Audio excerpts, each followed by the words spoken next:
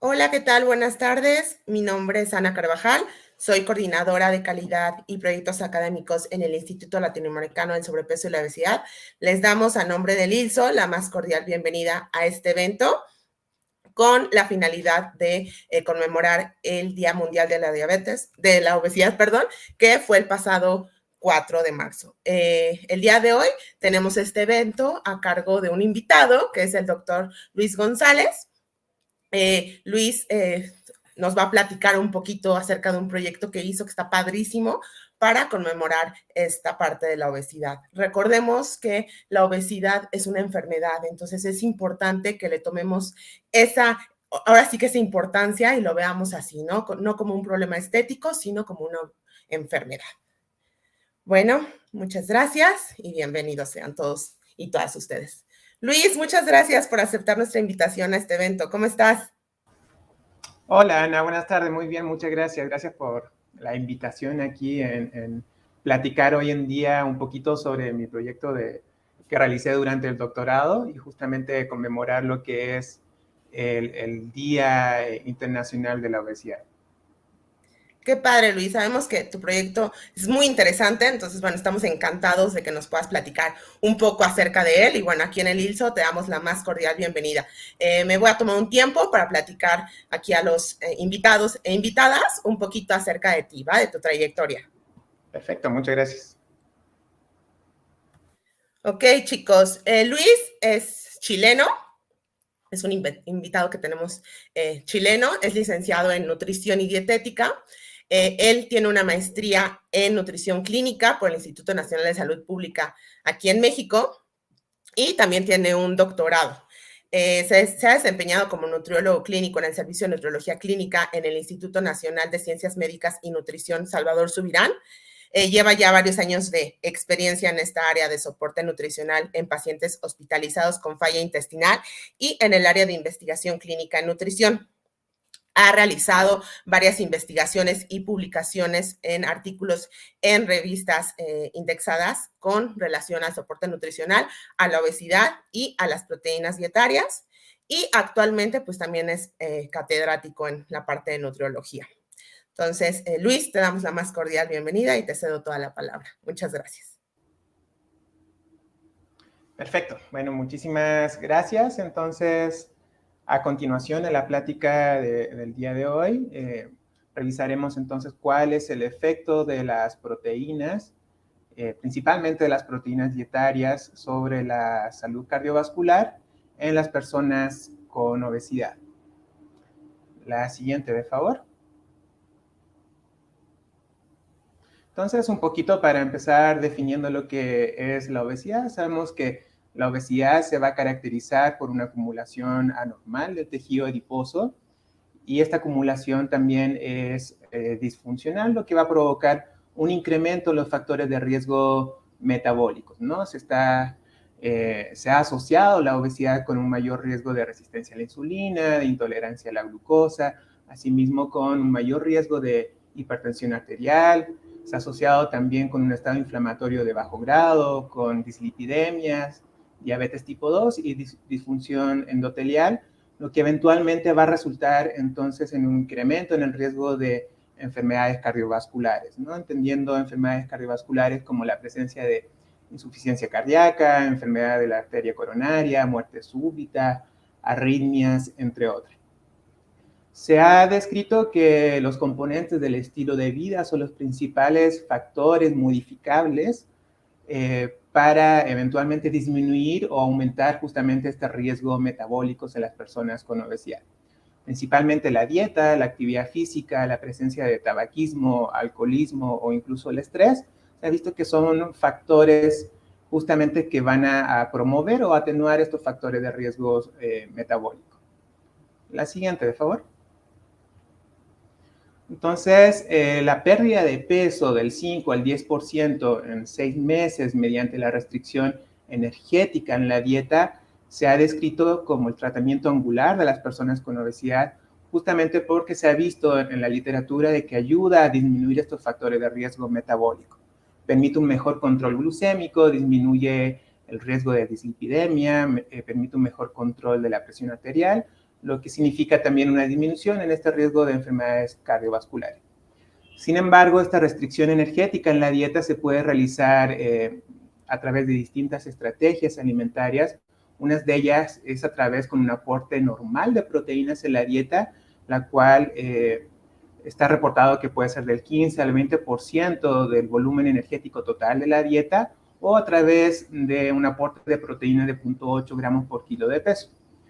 Sin embargo, se ha visto que al entregar este tipo de dietas con restricción energética y un aporte normal de proteína, se corre justamente el riesgo de disminuir la masa muscular y presentar algo que se llama sarcopenia u obesidad sarcopénica, ¿no? Que es la presencia de un incremento en el tejido adiposo, pero además se observa una disminución en la masa muscular y una disminución en la funcionalidad de esta masa muscular.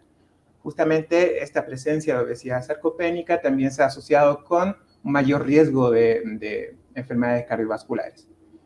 Por lo cual, en los últimos años se ha propuesto incrementar el aporte de proteínas en las dietas entre un aporte del 25 al 30% del volumen energético total o aporte superior a 1.2 gramos por kilogramo de peso al día, porque se ha visto que de esta manera permitiría preservar un poco más lo que es la masa muscular y promueve mecanismos de saciedad e incremento en el gasto energético, lo que resultaría también en una mayor pérdida de peso. La siguiente, por favor. Entonces, justamente cómo podemos incrementar el aporte de proteínas en las dietas es a través de alimentos que nos van a aportar proteínas dietarias, ¿no? Las proteínas dietarias son justamente aquellos alimentos que nos van a aportar una fuente importante de aminoácidos indispensables. Los aminoácidos son compuestos más digeridos o pequeños de estas proteínas, los cuales van a cumplir diversas funciones metabólicas y fisiológicas en el cuerpo. Estas proteínas dietarias se pueden clasificar justamente a través de la cantidad, aquellas con alto aporte de proteínas o bajo aporte en proteínas, y también se pueden clasificar según el origen o el tipo de las proteínas dietarias, ya sea de origen animal o de origen vegetal. Siguiente, por favor. ¿Qué es lo que va a diferenciar entonces entre una proteína animal y la proteína vegetal? Principalmente la proporción o la concentración de aminoácidos que podemos encontrar en estas proteínas. Se ha descrito que justamente las proteínas de origen animal, aquellas que provienen principalmente a través de las carnes rojas, las aves, huevo, leche o el pescado, presentan una mayor proporción de aminoácidos de cadena ramificada, ¿no? Como isoleucina, leucina y la valina. Asimismo, las proteínas de origen vegetal, como los frijoles, las lentejas, habas, la proteína de soya, nueces, almendras, se ha descrito que tiene una menor proporción de aminoácidos indispensables. Estos aminoácidos indispensables son aquellos que no podemos sintetizar o producir de manera natural en el cuerpo, por lo cual al tener una menor proporción de aminoácidos indispensables se ha relacionado que tienen un menor valor biológico estas proteínas de origen vegetal. Por otro lado, se ha visto también que estas proteínas dietarias cumplen diversas funciones, ¿no? Y estas funciones van a depender justamente en estas diferencias en la proporción de aminoácidos que podemos encontrar entre las proteínas de origen animal y proteínas de origen vegetal. Por ejemplo, una de las funciones que se ha descrito es que entre más podemos incrementar el aporte de proteína en la dieta, entregamos un mayor aporte de estos aminoácidos, lo que podría justamente repercutir en una mayor sensación de saciedad y un mayor gasto energético, lo cual esto se puede traducir o puede resultar en una mayor pérdida de peso o en la mantención del peso corporal. Asimismo, el incrementar las proteínas en la dieta podría promover una mayor oxidación o utilización de las grasas o del tejido adiposo, y asimismo preservar la masa muscular, lo que ayudaría a mantener una composición corporal con mayor contenido de masa muscular y menor tejido adiposo, y permitiría también a mejorar el metabolismo de los lípidos en la sangre, lo cual se traduce en una disminución en el colesterol y en los triglicéridos. Por otro lado, se ha visto también que el incremento de la proteína en la dieta ayuda o promueve la secreción de insulina, lo cual a la vez mejora la utilización de glucosa, promoviendo un mejor control glucémico, especialmente en las personas que tienen alteraciones glucémicas como diabetes tipo 2. Todo esto en combinación resultaría entonces en una disminución en el riesgo de síndrome metabólico, lo cual significaría una disminución en el riesgo eventualmente de enfermedades cardiovasculares. La siguiente, por favor. Entonces, ¿cómo ejerce estos efectos las proteínas en la dieta? Bueno, uno de los mecanismos que se ha establecido es justamente a través de esta distinta proporción de aminoácidos que podemos encontrar en los alimentos, ¿no? Por ejemplo, se ha visto en estudios en animalitos que la restricción de la metionina, que es un aminoácido indispensable que nosotros no podemos sintetizar de manera natural, pero la restricción de este aporte de aminoácido a través de la dieta ayudaría justamente a mejorar la sensibilidad de la insulina y incrementar el metabolismo de los lípidos, ¿no? Esto significaría entonces que esta restricción de metionina podría ayudar a mantener un mejor control glucémico y de los lípidos en la sangre. Asimismo, se ha visto también que... La anterior, por favor. Aquí. Se ha visto también que la arginina, que es un aminoácido también no indispensable, pero que se puede encontrar en mayor proporción en las proteínas de origen vegetal, podría justamente, a través de su consumo, promover una mayor producción de óxido nítrico, la cual se ha visto que es un potente vasodilatador y podría ayudar eventualmente a mejorar lo que es el control de la presión arterial. Entonces, estos son justamente uno de los fundamentos que se ha visto de que las proteínas de origen vegetal, que son justamente aquellas que tienen una menor proporción de metionina y una mayor proporción de arginina, podría provocar estos efectos benéficos en la salud cardiovascular a través de estos mecanismos, ¿no? La siguiente. Sin embargo, de manera contraria, se ha visto que las proteínas de origen animal, las cuales tienen una mayor concentración o una mayor proporción de aminoácidos de cadena ramificada, como la leucina, isoleucina, la valina, podrían justamente incrementar esta concentración de aminoácidos en la sangre. Al incrementar esta concentración de aminoácidos en la sangre, provoca una estimulación de manera prolongada, que podría ser también de manera crónica, de una vía metabólica llamada mTOR. Esta vía metabólica es muy importante, cumple diversas funciones. Una de ellas es justamente participar en la síntesis de proteína o de masa muscular. Sin embargo, esta estimulación crónica también podría relacionarse con una alteración en la vía de señalización en la insulina a nivel de una proteína llamada AKT. Esta alteración en la vía de señalización de la insulina va a generar un bloqueo en la translocación de GLUT4 hacia la membrana celular, principalmente en la membrana de la célula del músculo esquelético, impidiendo el ingreso de la glucosa hacia la célula del músculo esquelético. Si se impide justamente el ingreso de la glucosa, provocaría una alteración en el control glucémico, provocaría resistencia a la insulina y eventualmente provocaría diabetes tipo 2. La siguiente, de favor.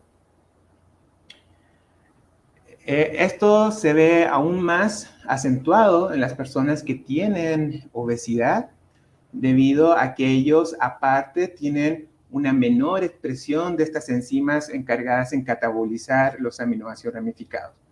En la figura de la izquierda podemos ver justamente la expresión de estas enzimas llamada deshidrogenasa de alfa-cetoácido de cadena ramificada y la transaminasa de aminoácidos de cadena ramificada, en donde al ver una menor expresión en los sujetos que tienen resistencia a la insulina y obesidad, significaría justamente una acumulación de estos aminoácidos de cadena ramificada en sangre, lo cual puede generar cierta toxicidad.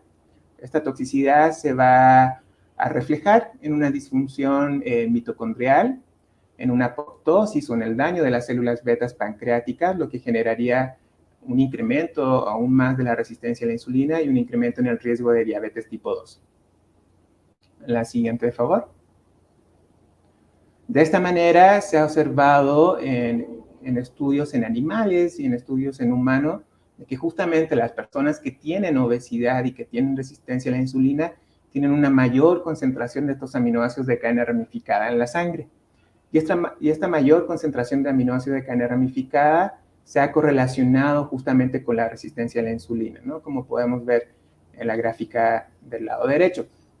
Esto quiere decir, o se ha propuesto en los últimos estudios, de que la concentración de aminoácidos de cadena ramificada en sangre podría ser un marcador importante de la resistencia a la insulina. La siguiente.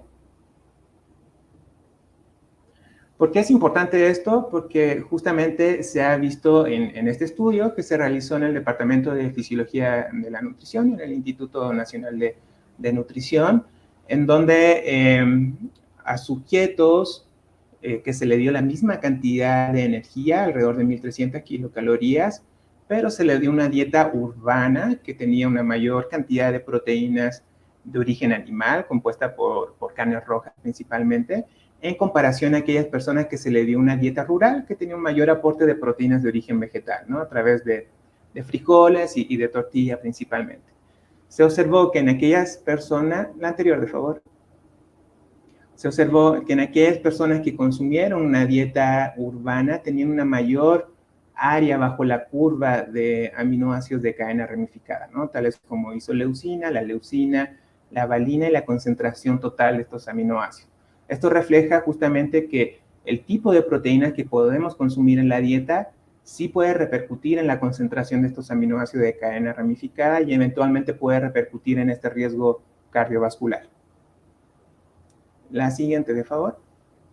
Muy bien, entonces, de esta manera es que se ha establecido a través de estudios epidemiológicos una asociación positiva entre el consumo de proteínas de origen animal con el riesgo cardiovascular. Por ejemplo, aquí podemos ver en un estudio de casos y controles, en donde se seleccionó una muestra aleatorizada del estudio de corte importante llamado el estudio de Framingham, en donde se observó que aquellas personas que tenían una mayor concentración, un mayor cuartil de aminoácidos de cadena ramificada en sangre, incrementaba el riesgo de hasta 6 veces más de presentar diabetes tipo 2. De esta manera, la siguiente, de favor, se replicó los resultados de este estudio en otra corte, llamado en el estudio de Malmo Diet Study, donde se observó justamente lo mismo, ¿no? Se seleccionó una muestra aleatoria y a través de un estudio de casos y controles de alrededor de 163 casos y de manera pareada los controles, principalmente mujeres de 58 años, se observó de que la concentración de aminoácidos de cadena ramificada en el cuartil más alto se asociaba con un mayor riesgo de diabetes tipo 2. Y esto fue interesante porque, como pueden ver en la tabla del lado derecho, a pesar de consumir la misma cantidad de energía y a pesar de consumir prácticamente la misma cantidad de proteína total, este riesgo se diferenció justamente por la concentración de aminoácidos de cadena ramificada. Esto quiere decir de que probablemente la proporción de aminoácidos que consumieron a través de las proteínas dietarias podrían haber impactado en esta concentración sanguínea y eventualmente aumentar el riesgo de padecer diabetes tipo 2. La siguiente. Muy bien, en otro estudio que se acaba de publicar en el año 2020, este es un estudio importante con una muestra bastante grande, donde se estudiaron alrededor de 237,000 hombres y 179,000 mujeres.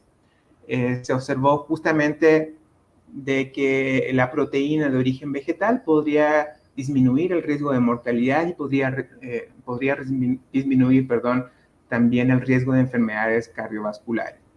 Entonces, en este estudio, en donde se observó que tanto hombres y mujeres tuvieron una ingesta promedio del 15% de proteínas a través de la dieta, y de ese total de proteína fue principalmente de proteína de origen animal, se observó que la proteína vegetal fue el principal factor protector de enfermedades cardiovasculares, en donde se menciona que por cada 10 gramos que aumentamos de proteína de origen vegetal por cada 1,000 calorías que consumimos, se podría disminuir hasta en un 30% el riesgo de enfermedad cardiovascular en hombres y del 35% en mujeres. La siguiente, de favor. Muy bien. En este mismo estudio también se observó que el sustituir la proteína de origen animal, principalmente de las carnes rojas, por un 3% más de energía proveniente de origen vegetal, ayudaría a disminuir un 10% la mortalidad por cualquier causa, ¿no? En ambos sexos. Justamente la sustitución de la proteína de huevo y de la carne roja por proteína de origen vegetal, ya sea leguminosas como frijoles, lentejas, habas, incluso nueces o almendras, ayudaría también a reducir la mortalidad en un 24% en hombres y 21% en mujeres. La siguiente, por favor. Entonces, a pesar de que en los estudios se ha asociado que la mayor ingesta de proteínas de origen animal se asocia con un riesgo mayor, un 25% más riesgo de padecer, por ejemplo, cardiopatía isquémica, al parecer no todas las fuentes, los alimentos de origen animal tienen mayor riesgo. Aquellos alimentos que se han asociado con un mayor riesgo de enfermedad cardiovascular y con mortalidad son las carnes rojas. Se ha visto justamente que la sustitución, por ejemplo, de un aporte estándar de carne roja por una porción de frutos secos o semillas puede reducir el riesgo de cardiopatía coronaria en un 30%. Entonces, de esta manera se ha propuesto que la carne roja sería el principal culpable, por así decir, de estas proteínas de origen animal que se ha asociado con un mayor riesgo cardiovascular. Incluso en estudios donde se ha reemplazado la carne roja por carnes de origen animal, pero a través del pescado, de aves o productos lácteos, se ha visto una disminución importante en el riesgo cardiovascular. La siguiente, por favor. Ahora, esos son los resultados observados en estudios epidemiológicos. ¿Qué pasa cuando vemos estudios clínicos, ¿no? Estudios donde hay un ambiente un poco más controlado, donde hay una aleatorización. De esta manera se realizó una revisión sistemática y un metaanálisis que se acaba de publicar a mediados del año pasado, en donde se analizaron 54 ensayos clínicos que evaluaron el efecto de dietas altas en proteínas en comparación con un menor aporte de proteínas.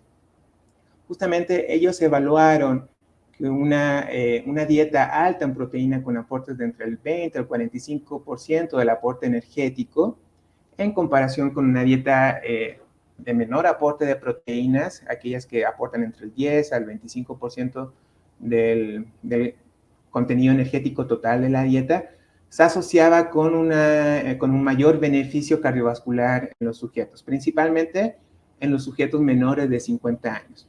Y esto se reflejaba en una mayor pérdida de peso, en una mayor reducción de la masa grasa, en un mejor control de la presión arterial, principalmente de la presión arterial sistólica, en una disminución en el colesterol total, disminución en los triglicéridos y disminución incluso en la concentración de insulina. Sin embargo, Sin embargo, a pesar de justamente ser una revisión sistemática y un metaanálisis importante, una de las limitaciones es que no todos los estudios analizados en esta revisión sistemática reportaron la cantidad o la fuente de proteína en la dieta, si esto fue principalmente a través de proteína animal o proteína vegetal, por lo cual no sabemos o es difícil saber si realmente este mayor aporte de proteína en la dieta se puede acentuar o no dependiendo de la fuente o origen de proteína en la dieta. La siguiente, por favor. Entonces, de esta manera, a través de este problema, nosotros realizamos un ensayo clínico controlado, aleatorizado. Este fue realizado durante mi proyecto de doctorado en el Departamento de Fisiología de la Nutrición, en el Instituto Nacional de Nutrición, ¿no? Donde seleccionamos a través de una población de estudio, incluimos sujetos adultos de entre 18 y 60 años con obesidad, con un IMC mayor a 30 y también con resistencia a la insulina, ¿no? Definimos resistencia a la insulina con un índice JOMA mayor a 2.5. Entonces, seleccionamos a sujetos que estuvieran sanos, que no tuvieran enfermedades crónicas y que no tuvieran tratamiento farmacológico, y los aleatorizamos a uno de estos 4 grupos de intervención, ¿no? Nuestro objetivo fue evaluar el efecto de la cantidad, o sea, ya sea de dietas altas o normoproteicas, pero también del tipo de proteína, ¿no? Ya sea de origen animal o origen vegetal. De esta manera, se realizaron 4 grupos de intervención, ya sea con aporte normoproteico, pero con predominio ya sea de proteínas de origen animal, del 60% de origen animal, o con un predominio de proteína de origen vegetal. Y asimismo, evaluamos el efecto de dietas altas en proteínas con un aporte mayor al 25%, pero también cambiando el predominio de aportes de proteína de origen animal u origen vegetal. Esta intervención duró un mes y cada semana evaluamos justamente parámetros antropométricos, bioquímicos, clínicos relacionados justamente a esta parte de los factores de riesgo cardiometabólicos. Asimismo, también evaluamos si este distinto aporte en cantidad y tipo de proteína generaba también algún cambio en las concentraciones de aminoácidos de cadena ramificada en la sangre. La siguiente, por favor.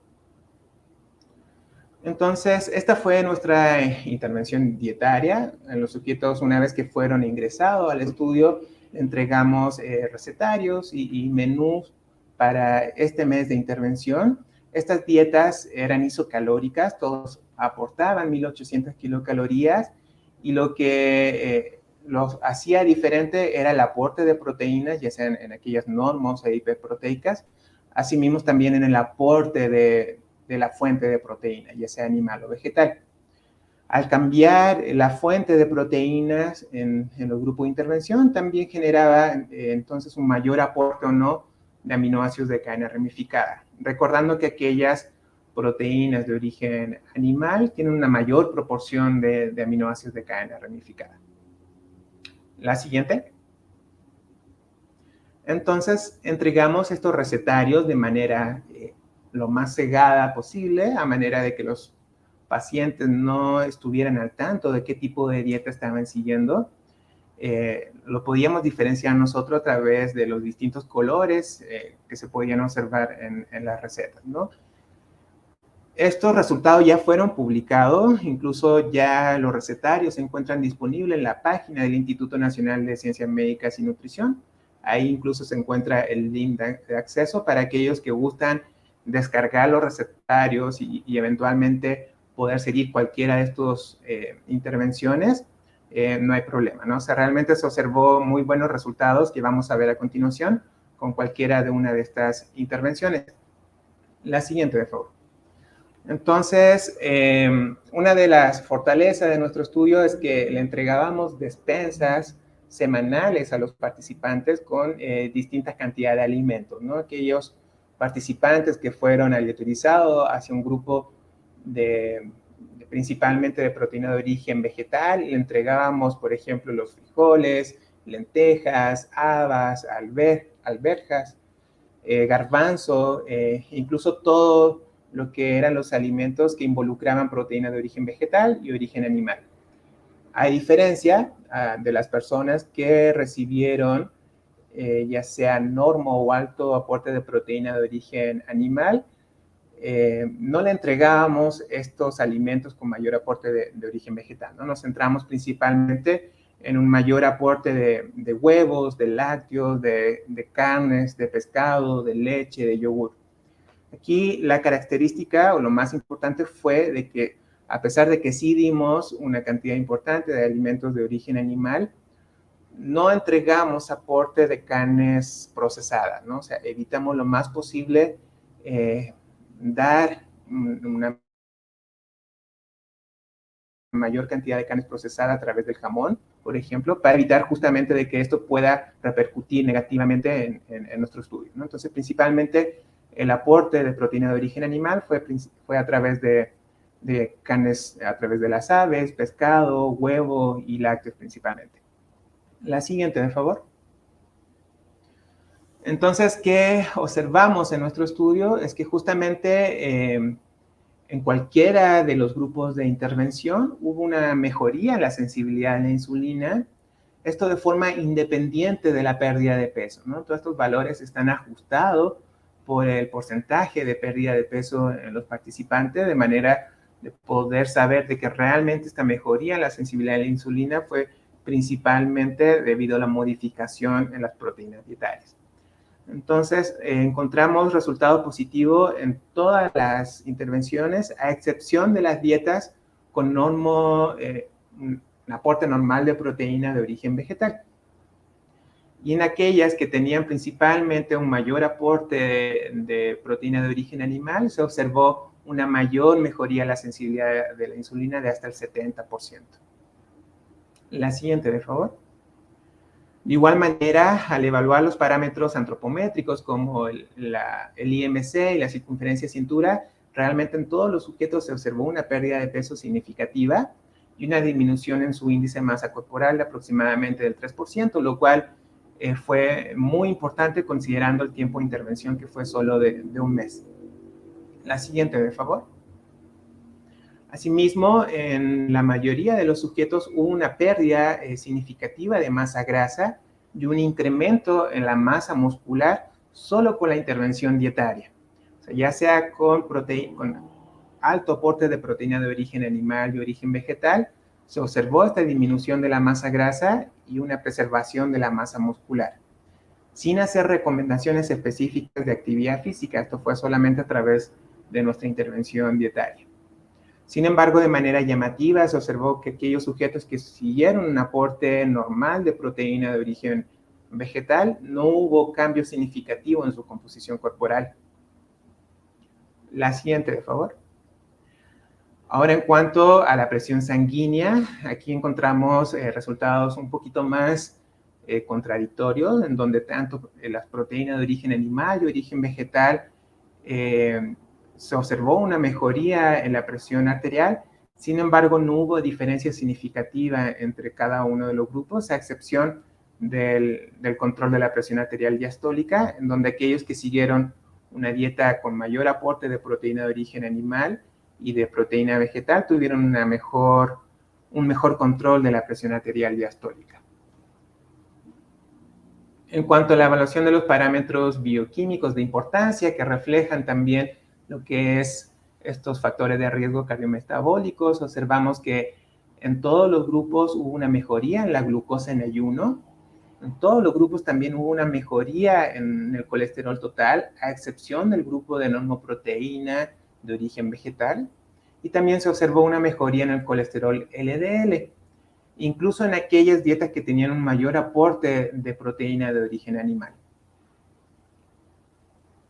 Por último, quisimos evaluar si todos estos cambios metabólicos y antropométricos estaban relacionados o no con el cambio en la concentración de estos aminoácidos de cadena ramificada en la sangre.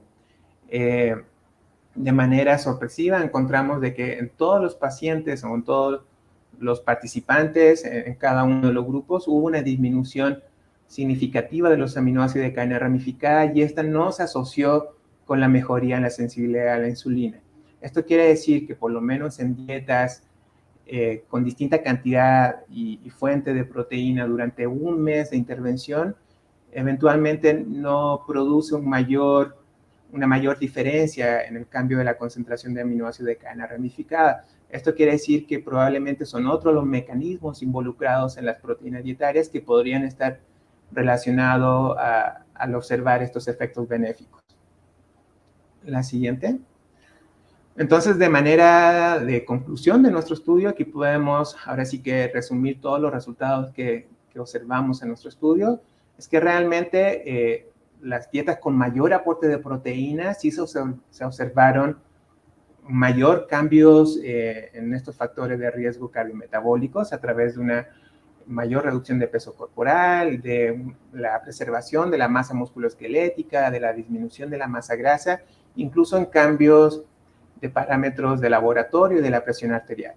El grupo que sorpresivamente se observó menos efectos benéficos en estos factores de riesgo metabólico fue en aquellos sujetos que recibieron un aporte normal de proteína y principalmente de proteína de origen vegetal, lo cual puede estar relacionado justamente a una menor proporción de aminoácidos indispensables a través de la dieta, lo cual fue insuficiente para observar probablemente mayores beneficios. La siguiente, por favor.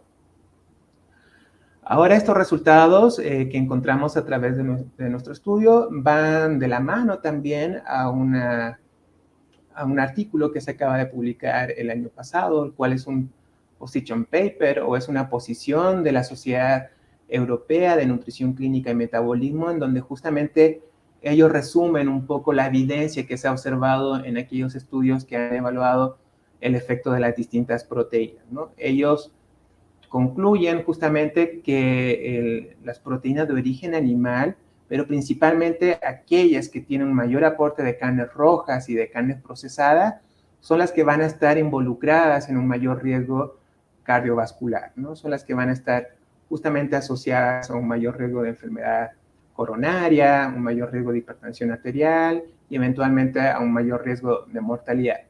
Sin embargo, es importante diferenciar que cuando evaluamos el aporte de proteínas de origen animal, pero a través de las aves, del pescado o de los productos lácteos, más bien encontramos efectos benéficos, ¿no? Y esto puede ser también por, la proporción de aminoácidos, también por los péptidos bioactivos que pueden tener estas proteínas de origen animal. Los péptidos bioactivos son conjuntos o grupos de 2 a 20 aminoácidos que podrían repercutir también en las vías metabólicas y actuar como componentes antihipertensivos, antiinflamatorios, antidislipidémicos, ¿no? Entonces, estos alimentos de origen animal sí estarían disminuyendo el riesgo cardiovascular. Y lo mismo con las proteínas de origen vegetal, ¿no? O sea, realmente ya se ha visto a través de estudios epidemiológicos y ensayos clínicos aleatorizados, que ya sea que las proteínas provenientes a través de la soya, de nueces, de almendras, de frijoles, de lentejas incluso, sí estarían ayudando a disminuir de manera importante el riesgo cardiovascular al permitir un mejor control de la presión arterial, un mejor control del control glucémico, un mejor control también de los lípidos en sangre. Y esto también es por diversos mecanismos.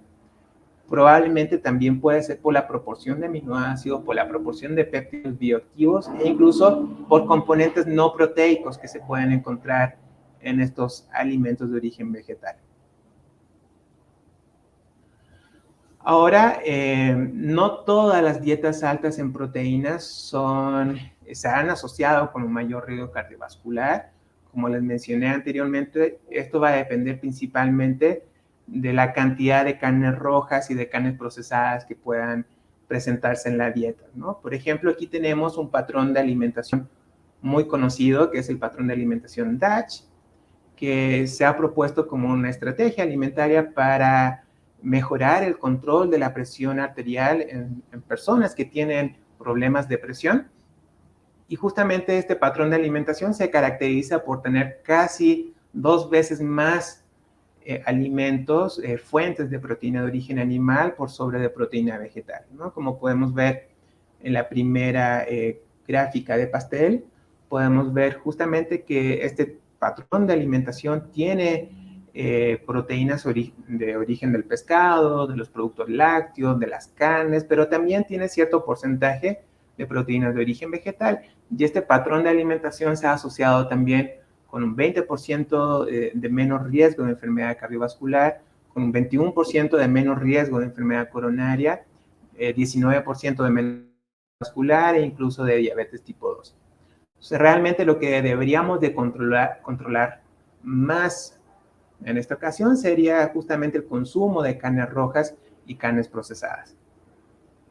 La siguiente, de favor. Ya justamente de manera de conclusión, me gustaría dar énfasis también a lo que es el informe de Eat Lancet, que se publicó hace unos años, donde justamente propone este plato del bien comer, ¿no? Donde vemos que la mitad de nuestro plato debe ser de alguna fuente de origen vegetal y controlar principalmente las proteínas de origen animal, pero provenientes de las carnes rojas y las carnes procesadas. Esto, uno, porque se ha asociado también con un mejor control o mejor estado de salud de la persona y además promueve una mayor sostenibilidad planetaria, ¿no? Justamente lo que se ha visto que la mayor producción de carne roja, la mayor producción de huevo y de lácteos en el mundo involucra un mayor consumo de recursos, un mayor riesgo de contaminación incluso, lo cual lo hace insostenible para nuestro planeta. Entonces, de esta manera, este informe Eat Lancet lo que propone es tratar de disminuir el aporte de proteína de origen animal, principalmente de las carnes rojas, para de esta manera promover un óptimo estado de salud, pero también promover una mayor sostenibilidad planetaria. Entonces, de manera de conclusión, podemos decir que el efecto de las proteínas dietarias sobre la salud cardiovascular permanece incierta en algunos estudios, principalmente epidemiológicos, en donde involucra que las proteínas de origen animal se asocian a un mayor riesgo cardiovascular. Sin embargo, cabe destacar que esto se debe principalmente al consumo de carnes rojas y procesadas, ¿no? Que son las que se ha observado un mayor incremento, incluso del 30% más del riesgo de presentar enfermedades cardiovasculares. Existen incluso estrategias alimentarias como la dieta DASH, que son altas en proteínas en general y tienen un mayor aporte de proteína de origen animal, y que se ha relacionado también con un menor riesgo cardiovascular. Y por último, las dietas con proteína de origen vegetal también van a disminuir el riesgo cardiovascular y además va a ser más sostenible para el planeta, ¿no? Entonces los invito justamente a tratar de cambiar nuestras raciones de proteínas de origen animal por más raciones de proteína de origen vegetal, ¿no? Teniendo en mente de que por cada 10 gramos que vamos aumentando por cada ración o por cada porción que aumentamos de proteína de origen vegetal, estaríamos disminuyendo en un 30% aproximadamente el riesgo de presentar estas enfermedades cardiovasculares. A nombre del Instituto Latinoamericano del Sobrepeso y la Obesidad, agradecemos tu participación. Nos están dejando algunas preguntas aquí en el chat, las voy a ir leyendo para que podamos tener esta interacción con nuestros participantes. Y claro, bueno, veo conectados personas de Chile, de México, de la Universidad de Isel, pues sean todos bienvenidos. Muchas gracias por participar en esta masterclass. Esperemos que les esté gustando. Y pues bueno, Luis, procedemos a las preguntas. Muy bien, perfecto. Tenemos la pregunta de Sofía GH, nos dice, entonces, ¿las carnes rojas no son tan recomendables para la dieta? Las carnes rojas en estudios epidemiológicos se han relacionado justamente con un mayor riesgo de presentar enfermedades cardiovasculares. Sin embargo, esto al traducirlo en estudios clínicos aleatorizados, como el que realizamos aquí en el Instituto de Nutrición, este incremento en el riesgo no es tan claro, por lo cual más bien, en lugar de prohibirlo, yo diría más bien controlarlo, controlar las porciones, no consumir solamente proteínas a través de las carnes rojas, sino que también tratar de consumir principalmente proteínas a través de lácteos, pescado, aves y carnes rojas 1 o 2 veces a la semana como máximo, para disminuir también este riesgo. Muy bien. Sí, claro, ¿no? Tener como esta disponibilidad de que hay muchos alimentos que nos están proporcionando proteínas, ¿no? Y muchas veces tenemos miedo de probar cosas nuevas o de probar diferentes platillos, diferentes alimentos que pues al final del día nos puedan apoyar. Bien, Luis. Tenemos a Francisco Torres, nos dice, ¿qué pasa con las proteínas cuando a un animal se le inyectan hormonas para acelerar su crecimiento? Es una muy buena pregunta. Realmente eso, para contestarlo, habría que ver estudios si se han realizado al respecto. Realmente yo desconozco hoy en día si hay estudios que han evaluado o han tratado de medir justamente si hay un cambio hormonal en las personas al consumir mayor cantidad de carnes que le han inyectado, ¿no? Distintas hormonas.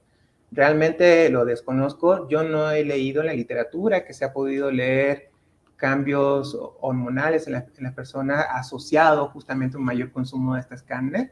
Sería algo justamente interesante de buscar, de leer, incluso de investigar.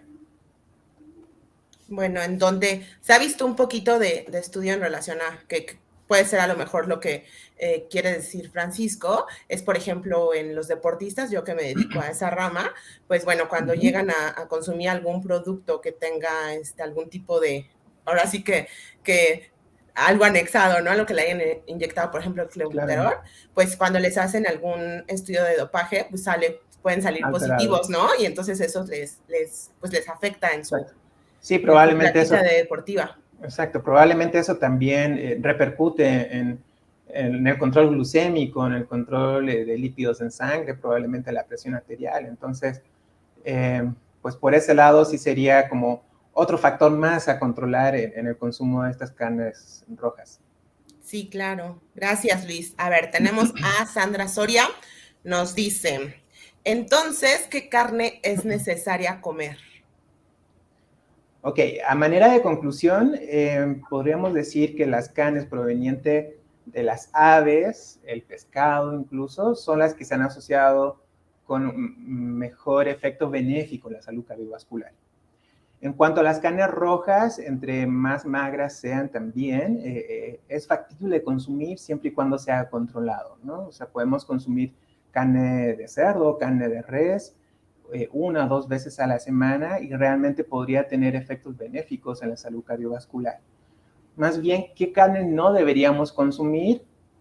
Son las carnes procesadas, ¿no? O sea, entre mayor agregados, mayor procesamiento tenga las carnes provenientes, por ejemplo, el tocino, las salchichas, el jamón, justamente al tener mayor agregados, tienen mayor cantidad de sodio, tienen mayor cantidad de grasas saturadas, tienen nitritos y nitratos, que realmente esos van a ser los componentes que van a estar afectando la salud cardiovascular, más que la cantidad de proteínas que tenga ese alimento, ¿no? O sea, realmente son otros los componentes que van a estar afectando este riesgo de la enfermedad cardiovascular. Pero más bien eso lo respondería como qué carne no consumir, pues serían las procesadas y ultraprocesadas. Bien, Luis. Muchas gracias. Nos dice Dafne Soto, ¿es difícil conseguir el consumo de proteína en una dieta vegetariana? Es difícil conseguir el consumo de proteína en una dieta vegetariana. Va a depender, ahora sí que para responder esta pregunta, siempre digo que es necesario que se apoyen a través de un profesional de la salud para que realmente a través de una prescripción de un profesional de la salud se logre cubrir de manera suficiente el aporte de proteínas, y no tan solo de proteínas, sino también de vitaminas y nutrimentos que pueden ser críticos en las personas que optan por dietas vegetarianas. Existen dietas vegetarianas en donde sí se puede consumir lácteos, en donde sí se puede consumir pescado, donde realmente ya vimos que este tipo de alimento tiene una cantidad, una proporción de aminoácidos indispensable adecuada, en donde la absorción y la digestibilidad de estos aminoácidos indispensables también es muy buena, alrededor del superior al 95%. Entonces, de esta manera se hace más fácil poder cubrir las necesidades de proteínas.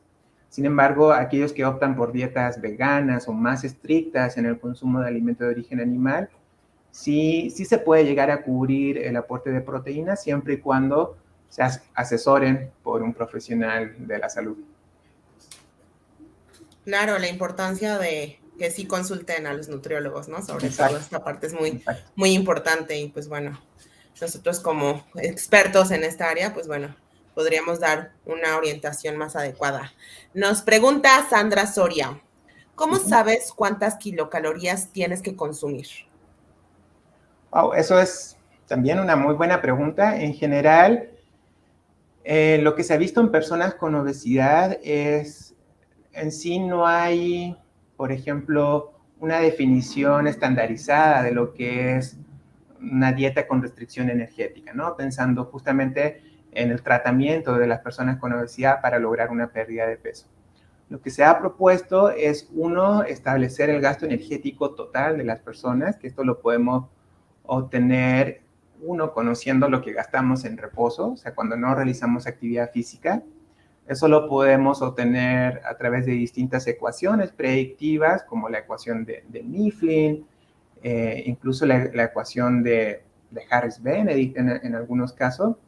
Y ya luego eso agregar el factor de actividad asociado a la actividad física, ¿no? Si obtenemos eso, obtenemos realmente cuánto estamos gastando de energía y cuánto deberíamos consumir para mantener nuestro peso.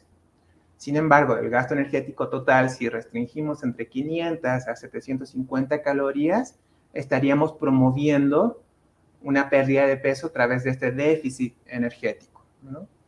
La otra estrategia que se ha descrito en la literatura en cuanto a restricción energética es calcular realmente cuánto estamos consumiendo a través de una dieta habitual, o sea, realmente, por ejemplo, de 3 días a la semana, en promedio, cuántas calorías estamos consumiendo, y de ese aporte energético podemos restringir 500 a 750 kilocalorías para promover una pérdida de peso. Entonces, creo que por ahí va enfocado un poco lo que es esa pregunta. Bien, Luis, muchas gracias. Tenemos a Cassandra Castro, nos pregunta, ¿existiría alguna otra manera de consumir las proteínas necesarias omitiendo las carnes rojas y blancas? Sí, sí existe otra manera. De hecho, lo que yo diría es tratar de promover más las proteínas, pero a través del consumo de alimentos de origen vegetal, ¿no? O sea, sí podemos consumir la cantidad necesaria de proteínas a través de, por ejemplo, leguminosas como frijoles, lentejas, arvejas. Realmente aquí en México tenemos la ventaja de poder incorporar, por ejemplo, los frijoles, ya sea en el desayuno, en la comida, en los tiempos de comida, como acompañamiento a nuestro guisado, por ejemplo, es una muy buena estrategia, ¿no? Podemos omitir las carnes rojas y las carnes blancas, aunque sabemos de que nos van a aportar proteínas de mayor valor biológico, la podríamos reemplazar justamente al, ¿cómo decir?, al agregar a estas proteínas vegetales otro tipo de nutrimentos, ¿no? Como cereales que se han visto que tienen aminoácidos que justamente no tienen las proteínas de origen vegetal como los frijoles o las lentejas, ¿no? Entonces, si combinamos cereales y frijoles y leguminosas, estaríamos aumentando el valor biológico de las proteínas y estaríamos como un poquito más equiparando a lo que nos aportaría las carnes rojas y las carnes blancas, ¿no? Entonces, probablemente esa sea como la mejor estrategia al combinar las proteínas provenientes de los cereales, como el maíz, el trigo, etcétera, con las leguminosas. Bien, Luis. Nos dice Manuel Sandoval, perdón. ¿Tiene algún impacto negativo en la salud consumir suplementos de proteína en polvo diariamente? Eso es una muy buena pregunta y diría depende, ¿no? O sea, al hablar de suplementos de proteína en polvo es distinto, justamente va a depender del nivel de actividad física que tenga la persona, ¿no? O sea, sabemos que si ya es una persona que realiza mayor actividad física, va a aumentar sus requerimientos de proteína, incluso hasta 2 gramos de proteína por kilo de peso, y probablemente va a tener una mejor utilización de esas proteínas, ¿no? Pero realmente sí es necesario que se pueda asesorar también por un profesional de la salud para determinar la cantidad y qué tipo de proteína debería de consumir para justamente complementar el aporte de la dieta. Pero bueno, creo que en esta ocasión Ana también nos podría como justamente responder a esa pregunta, viéndolo de un lado más del lado deportivo, ¿no?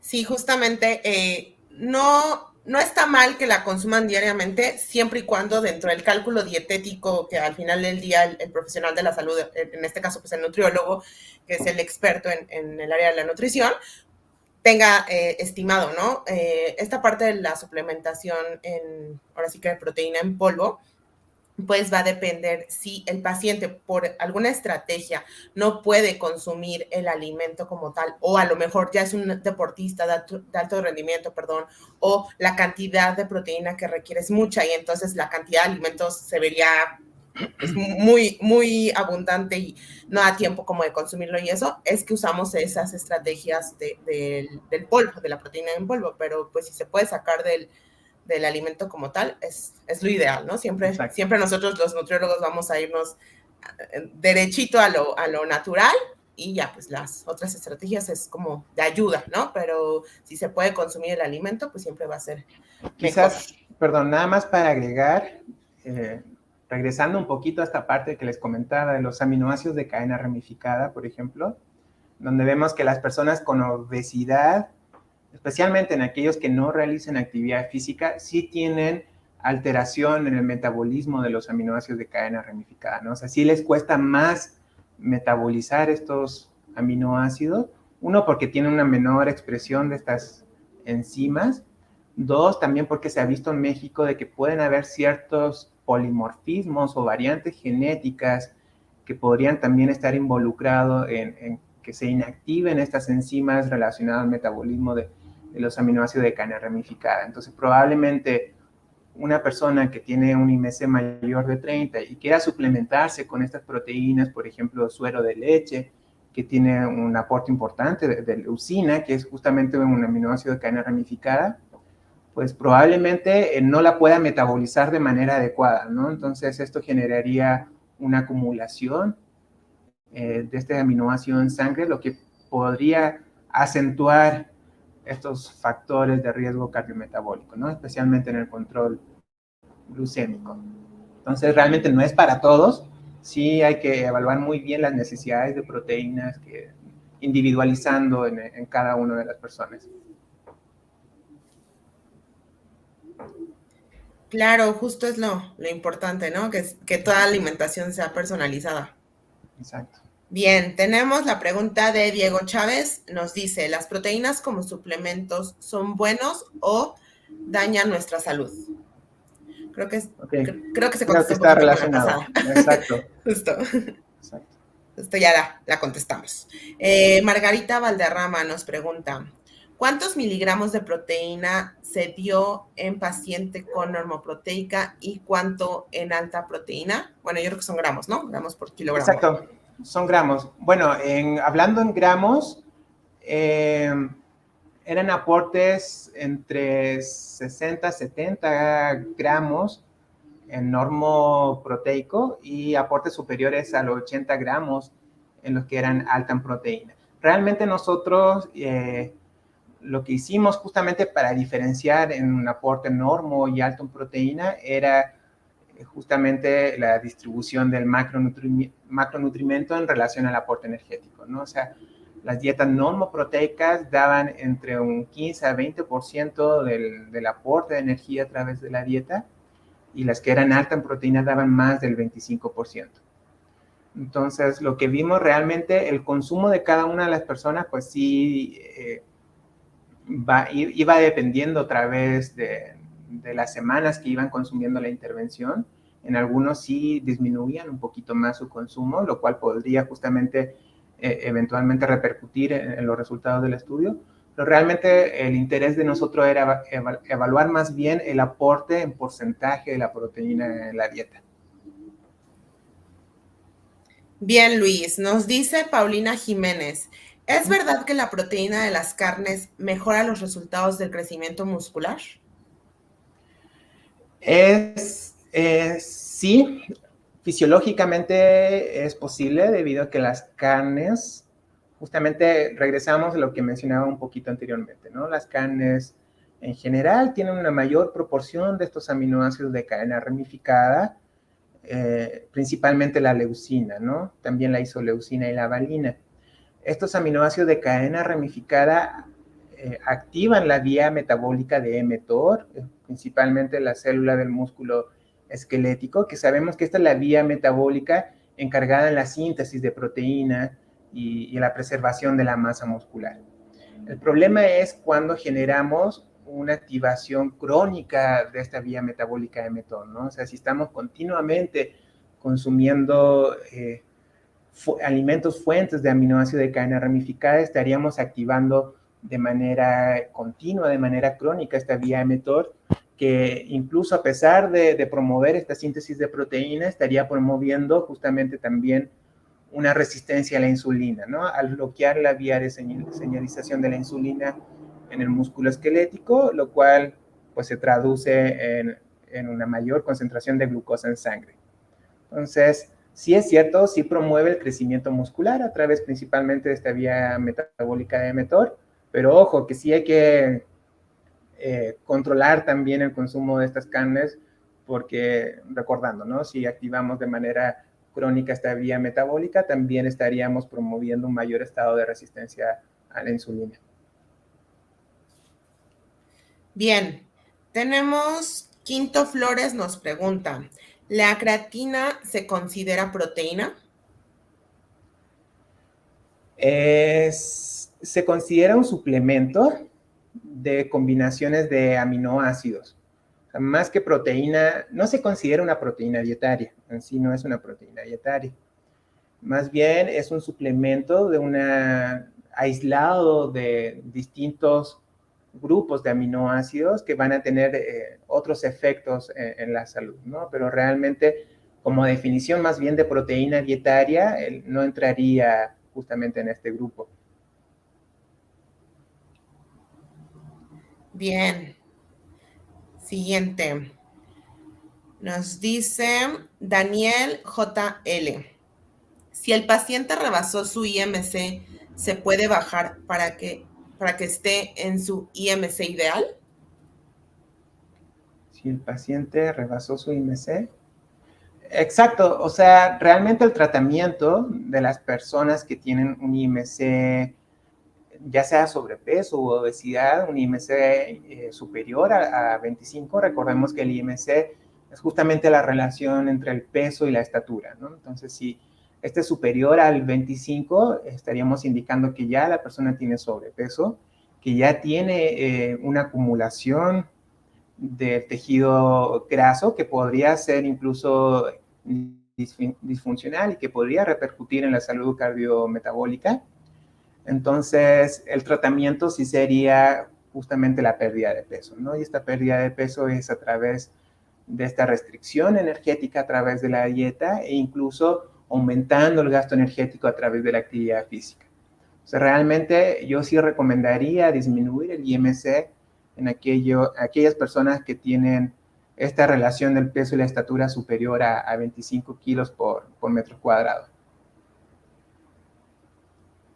Ok, nos pregunta Ángel Nava. ¿Qué puntos se deben de valorar al comprar una proteína en polvo para ganar masa muscular?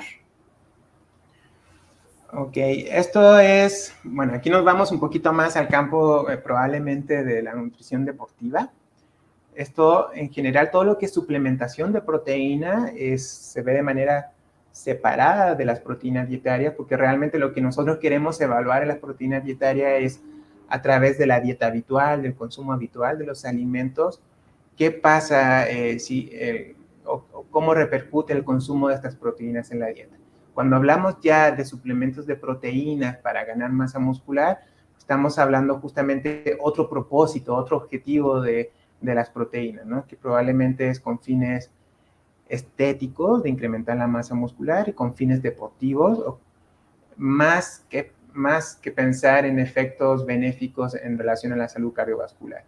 Entonces, realmente, ¿qué te podría decir? Para valorar qué es lo que podemos ver justamente al comprar una proteína en polvo, pues va a depender del objetivo de cada una de las personas, va a depender del riesgo cardiometabólico que tenga de base, y para eso, pues más bien mi recomendación sería asesorarse con un profesional de la salud. O sea, no comprar por comprar, ¿no? No comprar solo con el objetivo de ganar masa muscular, sino más bien a través de una evaluación previa y a través del asesoramiento de un profesional de la salud, ya ver cuál es la mejor opción para la suplementación con la proteína en polvo. Justamente, Luis. Bien. Nos dice Gabriela Zambrano Montoya.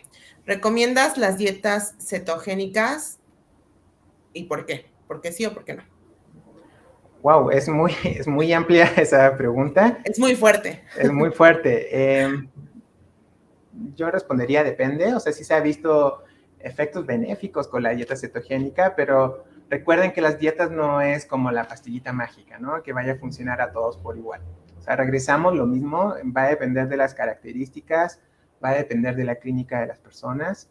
justamente en aquellos que ya tienen antecedentes de dislipidemia, que ya tienen antecedentes de hipertensión arterial, probablemente no le recomendaría la dieta cetogénica como primera opción, sino que buscaría otra estrategia alimentaria a través de la modificación también de las proteínas en la dieta, pero que sea menos perjudicial para la salud, ¿no? Entonces, no te puedo decir si la recomiendo o no, va a depender justamente de la clínica de cada una de las personas y qué tanto apego se podría lograr también a la dieta cetogénica, ¿no? Y eso es justamente a través de una evaluación clínica que deba realizar el profesional de la salud en cada uno de los pacientes para tratar de buscar cuál sería la dieta con mayor apego para su tratamiento. Bien, tenemos a la Ilusca Salas, nos dice, ¿cómo podemos ayudar a los adultos mayores que padecen sarcopenia? Esa es una muy buena pregunta. Ahora sí que en relación a los adultos mayores que tienen sarcopenia, recordando sarcopenia que es la disminución de la masa muscular y la disminución de la funcionalidad de la masa muscular, o sea, aparte de tener menor masa muscular, la masa muscular que tienen es más disfuncional. Entonces, para eso primero lo que debemos de fijarnos es que realmente estén consumiendo la cantidad de energía que requieren, o sea, que realmente están consumiendo un aporte energético suficiente a través de la dieta. Sabemos que muchos adultos mayores pueden tener muchos problemas relacionados a la deglución, alteraciones neurológicas, alteraciones en la dentadura, probablemente que pueda haberse reflejado a un menor consumo energético. Entonces, lo primero es asegurar un buen aporte energético y lo segundo, asegurar un buen aporte de proteínas, ¿no? Considerando buen aporte de proteínas, al menos 1.2 gramos de proteínas por kilo de peso. Ya una vez que tenemos estos dos componentes, podemos ir evaluando otras estrategias para disminuir el riesgo de sarcopenia, justamente a lo mejor la suplementación con leucina, que se ha visto, como les mencionaba, ¿no? Que sí ayuda a la síntesis de masa muscular, pero esto debe ser justamente prescrito y asesorado por un profesional de la salud, ¿no? Se ha visto también que probablemente un componente que se origina a través del metabolismo de la leucina, que es el hidroximetilbutirato, podría repercutir también positivamente en la preservación de la masa muscular. Pero bueno, antes de llegar a esas estrategias más específicas, sí, lo importante es, uno, cubrir los requerimientos tanto de energía como de proteínas en la dieta. Ok, nos dice la doctora Maggie López, ¿cómo saber si la leucina está ocasionando problemas en el paciente con obesidad? Es una muy buena pregunta. Eso yo lo evaluaría justamente viendo la cantidad de leucina que está consumiendo y eventualmente realizando o pidiendo al paciente parámetros de laboratorio, ¿no? Sabemos que probablemente un mayor consumo de leucina podría alterar el control glucémico de los pacientes, podría alterar el control lipídico, incrementando probablemente los niveles de colesterol total en sangre. Entonces, para saber si realmente está originando algún problema metabólico, tendríamos que justamente evaluar a través de la clínica y de parámetros de laboratorio justamente cómo está su respuesta glucémica, ¿no? Probablemente se podría realizar una glucosa en ayuno, insulina en ayuno, incluso una prueba de tolerancia oral a la glucosa antes de comenzar con la suplementación de leucina y eventualmente evaluar nuevamente estos parámetros, puede ser a las 2 semanas o al mes incluso, para ver si esta suplementación de leucina ha repercutido negativamente en el control glucémico o en la resistencia a la insulina. Existe, nada más para agregar, un índice, que justamente lo mencionamos ahí en nuestro estudio, que se llama índice de Matsuda. Este índice de Matsuda evalúa la sensibilidad a la insulina a través de una curva de la glucosa y de la insulina en 120 minutos posterior a consumir esta carga de glucosa de 75 gramos de glucosa. Entonces, este índice de Matsuda es una fórmula donde a través de estas concentraciones de glucosa e insulina obtenida en la prueba de tolerancia, podemos ver qué tanto se va afectando la sensibilidad a la insulina. Y se ha visto que este índice es incluso, tiene una mejor correlación con el CLAMP hiperinsulinémico, que es como el estándar de referencia para evaluar justamente la resistencia a la insulina. Es el que tiene mejor correlación, incluso mejor que el índice HOMA. Entonces, probablemente en aquellos que tengan la posibilidad de realizarse una prueba de tolerancia oral a la glucosa y en las que se puedan medir las concentraciones de insulina y de glucosa posterior a esta carga, pues sería el índice ideal para poder medir esta sensibilidad a la insulina en la parte clínica. Perfecto, Luis. Bueno, doy tiempo para 2 preguntas más y ya, las que no hayamos podido contestar en este espacio, con gusto se las vamos a pasar al doctor Luis para que nos apoye a contestarlas por nuestras redes sociales. Nos dice Asha Avalos Dominique, ¿por qué las personas asocian la obesidad con los hidratos de carbono? Muy buena pregunta. Eso también quizás se podría contestar a que los primeros estudios en los años incluso 80, 90, es donde se relacionaba el mayor consumo de carbohidratos con la obesidad, ¿no? Y con alteración en el control glucémico. Esto con el tiempo ha cambiado. Hoy en día se sabe también que las proteínas tienen una función muy importante en la regulación del control glucémico, lo cual también podría repercutir negativamente a las personas con, bueno, negativa o positivamente a las personas con obesidad. Pero probablemente esto se explica de los estudios que vienen desde años anteriores, en donde se observaba que un mayor consumo de hidratos de carbono y principalmente alimentos que tienen un mayor índice glucémico, que son aquellos que al consumirlos van a incrementar más rápido los niveles de insulina, son los que se ha visto que podría justamente relacionarse con un mayor riesgo de obesidad. Pero sin embargo, hoy en día lo que sabemos es que existen alimentos que tienen hidratos de carbono saludables y no saludables, ¿no? O sea, hay que diferenciar también en los hidratos de carbono. Hay alimentos que tienen hidratos de carbono más complejos, más saludables, como los cereales integrales, las frutas, incluso las verduras, que realmente eso no lo deberíamos asociar con la obesidad, ¿no? Por el contrario, son factores protectores de la obesidad. Ahora, los que sí deberíamos de asociar con la obesidad son aquellos que aportan hidratos de carbono, pero más refinados, ¿no? Como los azúcares agregados, que son los no saludables. Y eso en donde los encontramos, principalmente regresamos, les echamos la culpa aquí de nuevo a los procesados, ¿no? O sea, realmente los refrescos, todo lo que es alimentos dulces, provenientes de estos alimentos procesados, son los que van a tener estos hidratos de carbono no saludables y son los que tendríamos que asociarlo principalmente con la obesidad, ¿no? Que eso también hay bastantes estudios muy interesantes que han visto que el consumir estos alimentos procesados se han relacionado con un mayor riesgo de obesidad. Bien, Luis. Tenemos por último la pregunta de Felina Alejandra González.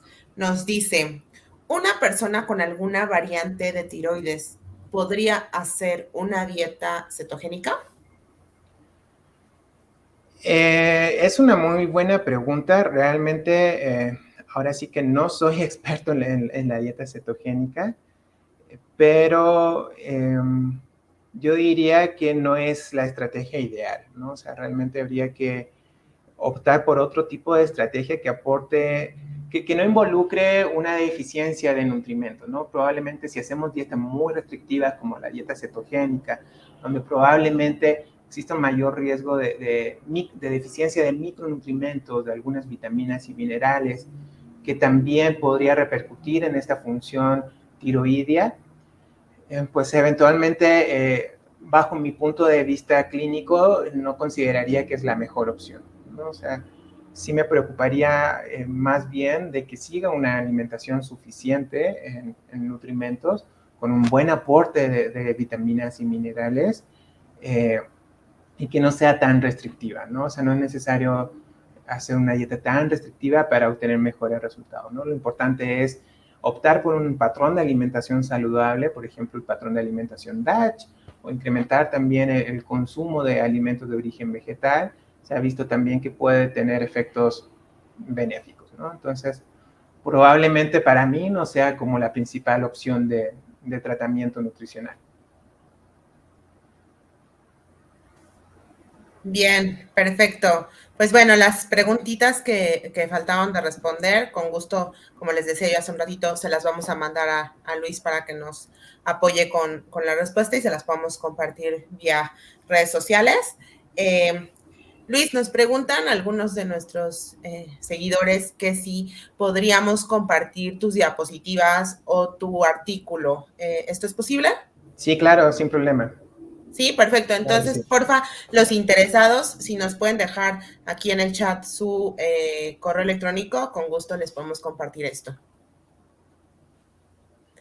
Bueno, Luis, pues a nombre del Instituto Latinoamericano del Sobrepeso y la Obesidad, agradecemos mucho tu participación y obviamente también la de todos los acompañantes que tenemos, las y los acompañantes que están aquí presentes, escuchando tu masterclass que estuvo, la verdad, muy, muy enriquecedora, te lo agradecemos muchísimo. Y pues bueno, a todos nuestros invitados, pues les digo que nos sigan en nuestras redes sociales porque pues vamos a tener próximamente otros eventos, nuestros cursos y diplomados para que se puedan inscribir. Y en nombre del equipo ILSO les deseo un excelente inicio de semana. Muchas gracias, Luis, muchísimas gracias por todo.